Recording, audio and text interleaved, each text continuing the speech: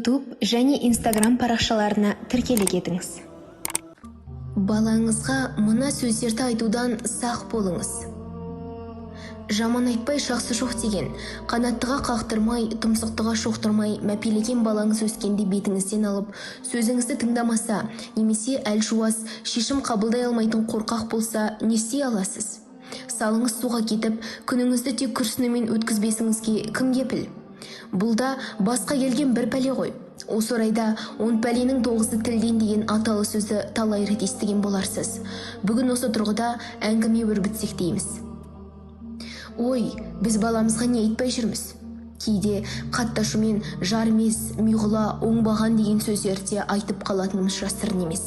Алайда ата-ананың балаға айтқан сөзі дұға, тілек есебінде кетіп, қабыл болып кетуі әбден мүмкін екенін білесіз бе? Алла елшісі оған Алланың игілігі мен сәлемі болсын былай деді: өздеріңе де, балаларыңа да, мал мүліктеріңе де лағнет шақырмаңдар, әрі бұл Алладан сый тілейтін уақыт мезгілімен сәйкес келіп қалмасын. Өйткені Алла сендердің дұғаларыңды қабылдауы мүмкін. Муслим. Иә, ата-ананың сөзі баланың болашағына әсер етуі мүмкін. Балаңызды қандай нәрсемен сипаттасаңыз, ол соған бейім болады. Өзіңіз суми, топас, нақұрыс деп ұрсып алып, ертең ештеңе түсінбейтін адам алдыңызда тұрса, оған неге сондайсың деп ренжуге хақыңыз жоқ. Себебі сіздің сөзіңіз, өз-өзіңізді ұстауыңыз оның өміріне әсер етеді. Сондықтан біз сізге мамандардың сараптамасынан өткен балаға айтуға болмайтын сөздер тізімін жасадық. Сенің қолыңнан түк келмейді, әкел, өзім жасайым.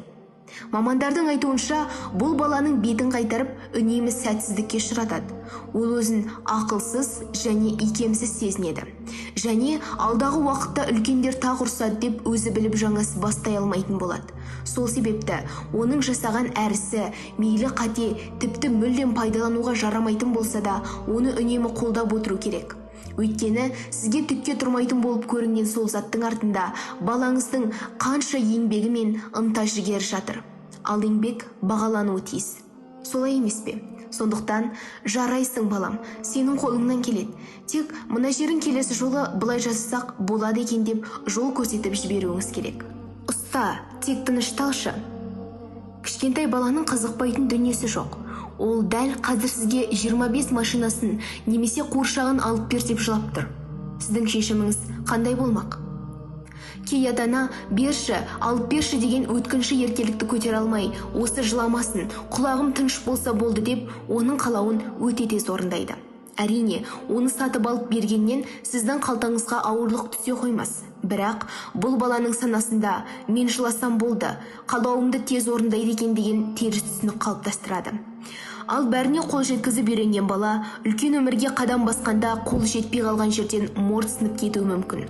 Сондықтан сіз оның ойын басқа бір арнаға бұрып әкетуіңіз керек. Әрине, ол оңайға соқпас анық. Тіпті бір күн бойы есінен шықпауы да мүмкін. Бірақ сіз балаңыздың болашағы үшін шыдайсыз. Тағы да мұндайды байқасам, таяқ жейсің. Қалыптасқан дағдыға сай барлығы осы құр қоқан лоқымен шектеледі. Не әкесі, не анасы жазаны жүзеге асырмайды. Ал бала босқа қорқақ болып өседі. Мұндай сөздер баланы ренжітіп түсініспеушілік туғызады. Өз сәбиіңізді қорқытпаңыз. Бала белгілі жағдайда нені күтуге болатынын анық білуі керек. Ал үлкендердің кенеттен кейуі еш нәтиже бермейді.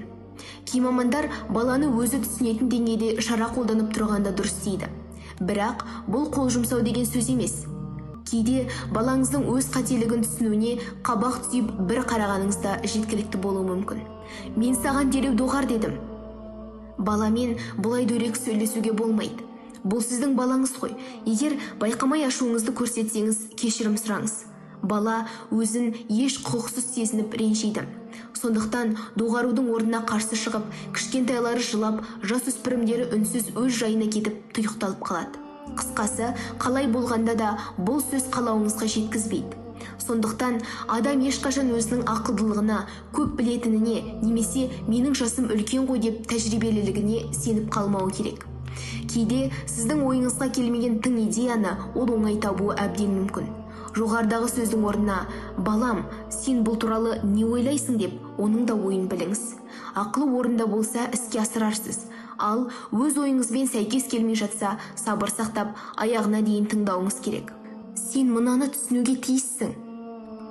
Бала мұндай ақыл айтуды түсінбейді. Сондықтан сізді тыңдамай ойын басқаға ауыстырады. Ал бала сол сәтте беймаза, ренжулі не ашулы болса, сіздің сөздеріңіз тіпті қабылданбайды. Оның да адам екенін, белгілі бір уайымы, ойлап жүрген өз мәселелері бар екенін ұмытпаңыз. Сондықтан сіздің ең дұрыс деген ақылыңызды да ол сол сәтте түсіне алмайды. Балалар, қыздар бұлай жасамайды. Мұндайды жиі қайталайтын ата-ана балада белгілі бір стереотип қалыптастырады. Кейін ересек өмірінде есейген жігіт өз сезімін, іс-әрекетін лайықсыз деп ойлайды. Ал қыздар өзін ерлерге арналған кәсіппен айналсамын, не ұқыпсызбын деп үнемі бір нәрсеге көңілі толмай, өзін кінәлі сезініп жүреді. Сондықтан бұл ақылды жалпылама түрде емес, өз балаңыздың бойындағы қасиеттерімен байланыстыра отырып айтыңыз. Балам, сенің бойыңда батылдық қасиет бар. Сондықтан мына ісің саған сай келмей жүрген сияқты. Сен одан гөрі мына салада бағыңды сынап көрсең қайтеді. Мен сенімен біргемін, әрдайым қолдаймын. Бекерге уайым қайғыға салынба. Мүмкін балаңыз үшін бұл бекер нәрсе емес шығар. Өзіңіздің балалық шағыңызды есіңізге түсіріңіз. Балаңыз машинасыз қалған үшін, не шаршылардан жасалған үйшігі бұзылған үшін ашуланып, ренжуі мүмкін. Оның кішкентай әлемде дәл машина мен үйшік ең маңызды нәрсе болар. Баланың мәселелеріне селқостығыңызды көрсете отырып, сіз оның сенімін жоғалтып ала аласыз, және болашақта өз балаңыздың күрделі мәселелері туралы білмей қалуыңыз мүмкін. Мұндай жағдайда балаңыздың деңгейімен ойланып, ол уайымдап отырған мәселеге сіз де селсоқ қарамайтыныңызды көрсетіп, шешу жолын бір кездестіріп көріңіз. Мысалы, машинасының дөңгелегі сынып қалса, жаңасын сатып алып бере саламын деп емес, оны қалпына қалай келтірсек екен деп ойлану керек. Менің денсаулығымды ойлашы. Аналар бұл сөзді балаларына жиі айтады. Бірақ айтыла берген сөздің қадірі кетіп, шынында жағдайыңыз нашарласа, бала сіздің сөзіңізді әдетінше қабылдамайды. Ол анасының бұл сөзін тек оның тентек болмау үшін айтып отыр деп ойлайды. Жоқ, біз бұны сатып алмаймыз. Ақша жоқ, қымбат. Балаға бәрін қатар сатып алуға болмайтынын түсіндіру қиын. Бірақ сіздің мұндай сөзіңізден, егер ата-анасында ақша болса, дүкенді толығымен сатып алуға болады деген мағына шығады. Бала бұл сөзді дәл солай түсінеді. Одан да мұндай ойыншық сенде бар, көп тәтті жеген зиян деу жақсырақ шығар. Түсіндіру әрқашан қиын. Бірақ бала ата-анасының неліктен мұны сатып алып бермейтінін түсінуі керек. Жұрттың баласы. Біздің бір әдетіміз бар ғой. Баламыз тілімізді алмай, көңілімізді қалдырса, ана өзің секілді Сәлиманың баласын қараш, қандай ақылды. Жазуы маржандай деп өзге балалармен салыстыра кетеміз. Жұрттың баласы шынымен де ақылды шығар, бірақ ол біздің баламыз емес қой. Біздің баламыз алдымызда отыр, және ең жаманы не екенін білесіз бе? Мұндай сөздерді естіген балаңыз дәл қазір өзін ең ақылсыз, ең жаман балаға балап отыр. Бала санасында мен жаманмын, ата-анам маған разы емес, мен нашармын, мен төменмін, мен ондай бола алмаймын деген ойлар қалыптасып үлгерді. Жігері жасыды, талабы мұқалды, ол өсіп емес, іштей өшіп отыр. Донаса лайк басып, арнама тіркеліп, қоңыраушаны баса кетіңіз. Келесі видеода кездескенше. Ассаламу алейкум ва рахматуллахи ва баракатух.